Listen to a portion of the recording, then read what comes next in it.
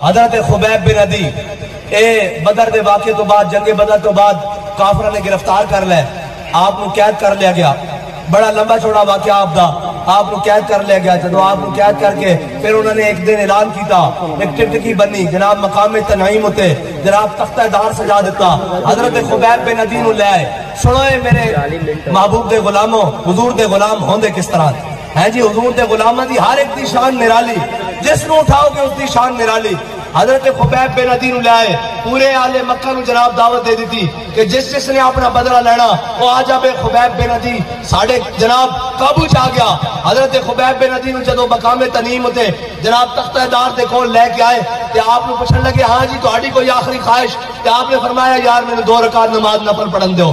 کہ جدو آپ نے نفل پڑھے نا کہ جلدی پڑھے کہ جدو آپ نفل پڑھ کے تختہ دار کی طرف چلے نا تو انہوں نے پوچھا خبیب بن عدی بڑی جلدی نماز پڑھیا. کہ حضرت خبیب فرمان لگے یار آج میرا دل تسی اے میری زندگی دی آخری 2 نفل میں اللہ نہ بڑیاں لمبیاں گلاں کراں لیکن میں اس واسطے مختصر پڑھن کہ حضور دے دشمن کتے نہ سمجھ جاون حضور دا غلام موت کو ڈر کے لمبیاں نمازاں پڑھ رہا. اے حضور دے غلامہ دی شان ہے. حضرت خبیب بن عدی نو مقام تنعیم تے لٹکا دیتا گیا. کوئی کینچی لے کے آیا کوئی جناب تیر لے کے آیا کوئی نیزہ لے کے آیا کوئی بھالا لے کے آیا کوئی خنجر لے کے آیا. آپ کے جسم نو کٹن لگ پے.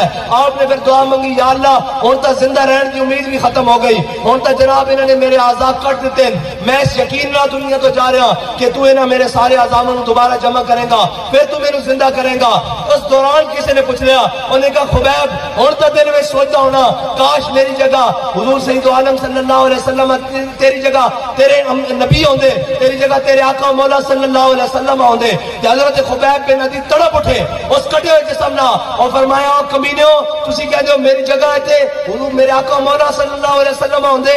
فرمان لگے حضور طیبہ دی گلی جا رہے ہون آپ دے قدمین مبارک وچ پاؤں مبارک وچ کوئی کنڈا چھپے خبیب نو تو ہن بھی یہ گوارا نہیں. اے حضور دے غلاماں دی شان